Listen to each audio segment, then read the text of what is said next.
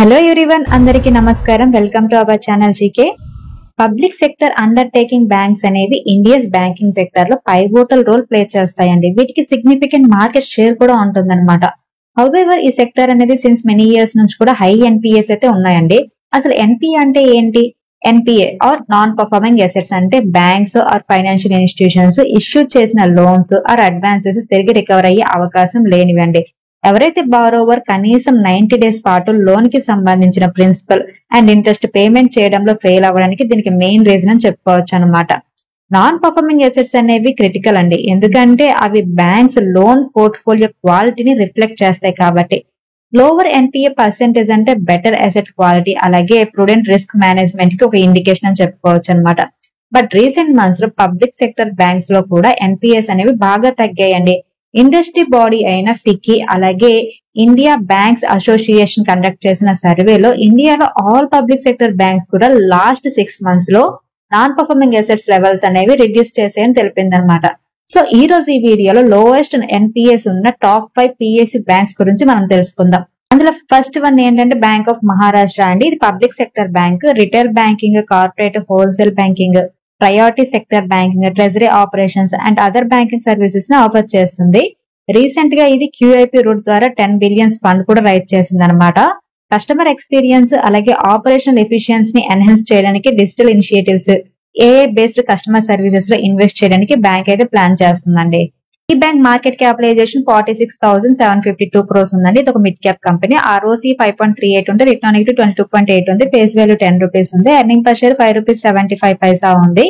మనం quarterly results కనుక చూస్తే మార్చ్ 2024 లో కంపెనీ 5,464 crores రెవెన్యూ పోస్ట్ చేస్తే మార్చ్ 2023 లో 4,495 crores రెవెన్యూ పోస్ట్ చేసింది.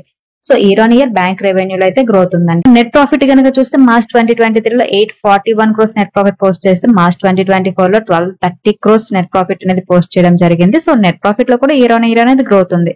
మనం మెయిన్ గా నాన్ పర్ఫార్మింగ్ అసెట్స్ గురించి మాట్లాడుకున్నాం కాబట్టి ముందుగా గ్రాస్ నాన్ పర్ఫార్మింగ్ అసెట్స్ కనుక చూస్తే మార్చ్ 2023 లో 2.47% ఉండేదండి. మార్చ్ 2024 వచ్చేసరికి 1.88% కి తగ్గడం జరిగిందనమాట. అలాగే నెట్ నాన్ పర్ఫార్మింగ్ అసెట్స్ కనుక మీరు చూస్తే మార్చ్ 2023 లో 0.25% ఉంటే మార్చ్ 2024 వచ్చేసరికి 0.20% కి తగ్గడం జరిగిందండి.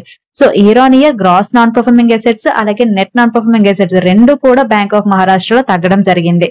అండ్ షేర్ హోల్డింగ్ ప్యాటర్న్ కనుక చూస్తే ప్రమోటర్ షేర్ హోల్డింగ్ అనేది హెవీగా ఉంది, 86.46%. అలాగే ఎఫ్ఐ షేర్ హోల్డింగ్ అనేది 1.04% ఉంటే DI share holding 4.68%, public share holding just 7.80% ఉంది మార్చ్ 2024 క్వార్టర్ కి.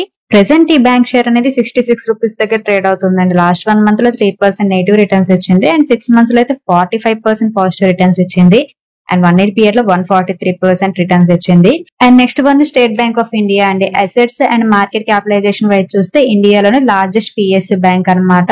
ఓవర్ ది ఇయర్స్ కనుక చూస్తే బ్యాంక్ ఫైనాన్షియల్ సిచ్యువేషన్స్ అనేది బాగా ఇంప్రూవ్ అయ్యిందండి. బ్యాంక్ ఫ్యూచర్ లో 13 to 15% లోన్ బుక్ గ్రోత్ ని ఎక్స్పెక్ట్ చేస్తుంది. అలాగే లాంగ్ టర్మ్ లో రిటర్న్స్ సస్టైనబుల్ గా ఉంటాయని నమ్మకంతో ఉందన్నమాట. ఈ బ్యాంక్ మార్కెట్ క్యాపిటలైజేషన్ 7,43,019 crores అండి. Large cap company. ఆర్ఓసి 6.16% ఉంటే return on equity 17.3%, face value 1 rupee ఉంది, ఎర్నింగ్ పర్ షేర్ 75.20 rupees ఉంది. అండ్ బ్యాంక్ రెవెన్యూ కనుక చూస్తే year on year bank revenue కూడా పెరగడం జరిగిందండి. మార్చ్ 2023 లో 98,083 crores రెవెన్యూ పోస్ట్ చేస్తే మార్చ్ 2024 లో 1,17,469 crores రెవెన్యూ పోస్ట్ చేసింది.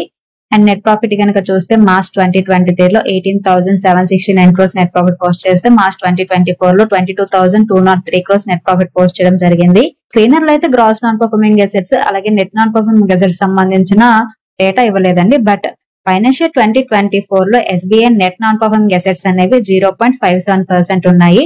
అలాగే గ్రాస్ నాన్ పర్ఫార్మింగ్ అసెట్స్ అనేవి ఇయర్ ఆన్ ఇయర్ కనుక చూస్తే 2.42% నుండి 2.24% కి తగ్గడం జరిగిందండి. ప్రెసెంట్ ఈ బ్యాంక్ షేర్ అనేది 833 rupees దగ్గర ట్రేడ్ అవుతుందండి. లాస్ట్ 1 month లో ఎటువంటి రిటర్న్స్ ఇవ్వలేదు అండ్ 6 months లో 30% అండ్ 1 year పీరియడ్ లో 49% రిటర్న్స్ ఇచ్చింది. And next one Bank of Baroda అండి. మార్కెట్ క్యాపిటలైజేషన్ వైజ్ కనుక చూస్తే ఇది ఇండియాలోనే 3rd largest పిఎస్యు బ్యాంక్ అన్నమాట.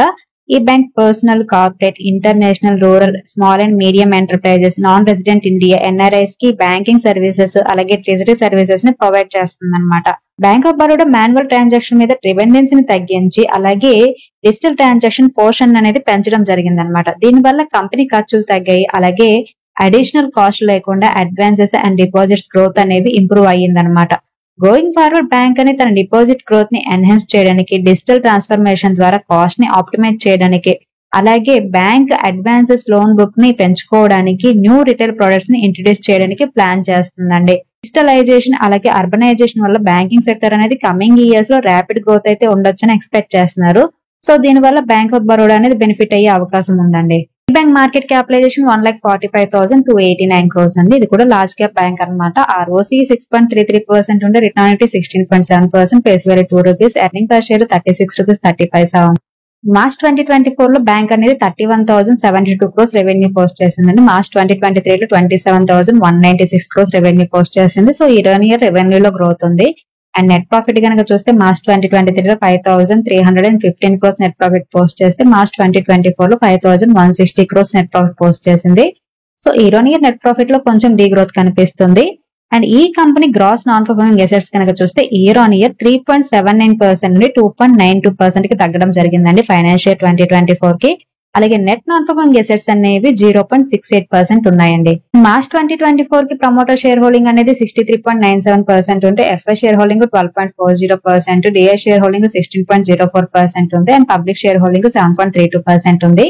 ప్రెసెంట్ ఈ బ్యాంక్ షేర్ అనేది ₹281 దగ్గర ట్రేడ్ అవుతుందండి. లాస్ట్ 1 month లో బ్యాంక్ షేర్ అనేది 4% పాజిటివ్ రిటర్న్స్ ఇచ్చింది, 6 months లో 24% అండ్ 1 year పీరియడ్ లో 47% రిటర్న్స్ ఇచ్చింది. And next one Indian bank అండి. ఇది డిపాజిట్స్, లోన్స్ అండ్ సర్వీసెస్ ని ఆఫర్ చేస్తుంది అనమాట. Treasury, corporate, wholesale banking, retail banking and other banking operation segments లో ఇన్వాల్వ్ అయ్యింది.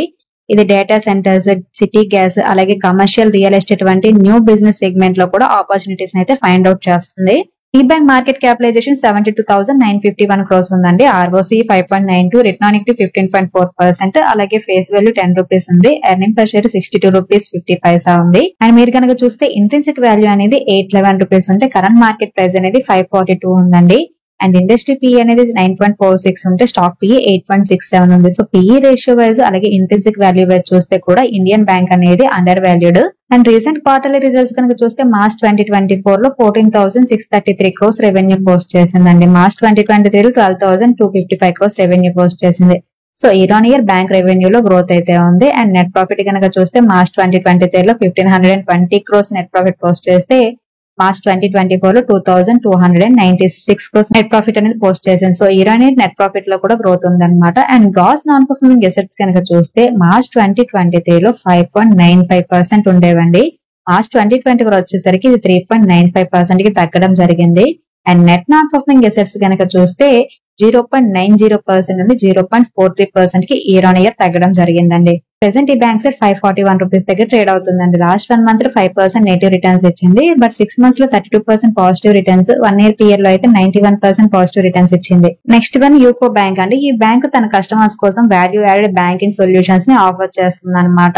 Including international banking services, NRIs loan scheme services, deposit schemes and value added ఈ banking services. లో cost deposits కోసం Kasani improve చేయడం మీద focus చేస్తుంది. Interest margin protect చేయడానికి, pricing ని మానిటర్ చేయడం మీద ఫోకస్ చేస్తుంది. అంతేకాకుండా స్ట్రాంగ్ లోన్ పోర్ట్ఫోలియో బిల్డ్ చేయడానికి అండ్ క్రెడిట్ కాస్ట్ ని మేనేజ్ చేయడానికి వర్క్ చేస్తుంది అనమాట. ప్రెసెంట్ ఈ కంపెనీ మార్కెట్ క్యాపిటలైజేషన్ 67,169 crores. ఇది ఒక mid cap company. ROCE 5.34%, return on equity 6.22% ఉందన్నమాట. Face value ₹10, earning per share ₹1.38 ఉంది. క్వార్టర్లీ రిజల్ట్స్ కనుక చూస్తే మార్చ్ 2024 లో 5,860 crores రెవెన్యూ పోస్ట్ చేస్తే మార్చ్ 2023 లో 4,987 crores రెవెన్యూ పోస్ట్ చేసింది.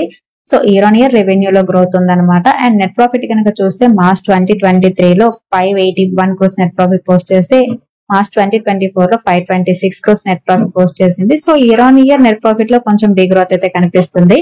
అండ్ మెయిన్ గా మనం గ్రాస్ నాన్ పర్ఫార్మింగ్ అసెట్స్ కనుక చూస్తే మార్చ్ 2023 లో 4.78% ఉండేవండి. అండ్ మార్చ్ 2024 వచ్చేసరికి ఇది 3.46% కి తగ్గడం జరిగిందనమాట. And net non performing assets కనుక చూస్తే 1.29% నుండి 0.89% కి ఇయర్ తగ్గడం జరిగిందండి. మార్చ్ 2024 కి ప్రమోటర్ షేర్ హోల్డింగ్ అనేది చాలా ఎక్కువగా ఉంది, 95.39%. డిఐ షేర్ హోల్డింగ్ 1.32% ఉంటే పబ్లిక్ షేర్ హోల్డింగ్ జస్ట్ 3.26% ఉంది. ప్రెసెంట్ ఈ బ్యాంక్ షేర్ 56 రూపీస్ దగ్గర ట్రేడ్ అవుతుందండి. లాస్ట్ 1 మంత్ లో 1% నెగిటివ్ రిటర్న్స్ ఇచ్చింది, 6 మంత్స్ లో 43% పాజిటివ్ రిటర్న్స్ ఇచ్చింది, అండ్ 1 ఇయర్ లో పీరియడ్ లో అయితే 111% పాజిటివ్ రిటర్న్స్ ఇచ్చింది. So investment point of view లో చూస్తే బ్యాంక్స్ నాన్ పర్ఫార్మింగ్ అసెట్స్ ని అనలైజ్ చేయడం, అలాగే వాటి ఫైనాన్షియల్ హెల్త్ ని అసెస్ చేయడం అనేది చాలా ఇంపార్టెంట్ అండి. లో ఎన్పిఎస్ ఉన్నాయి అంటే strong credit risk management practices కి ఇండికేషన్ అన్నమాట. డిఫాల్ట్ అయ్యే రిస్క్ అనేది మినిమైజ్ అవుతుంది, అలాగే బ్యాంక్స్ ప్రాఫిటబిలిటీ అనేది పెరుగుతుంది.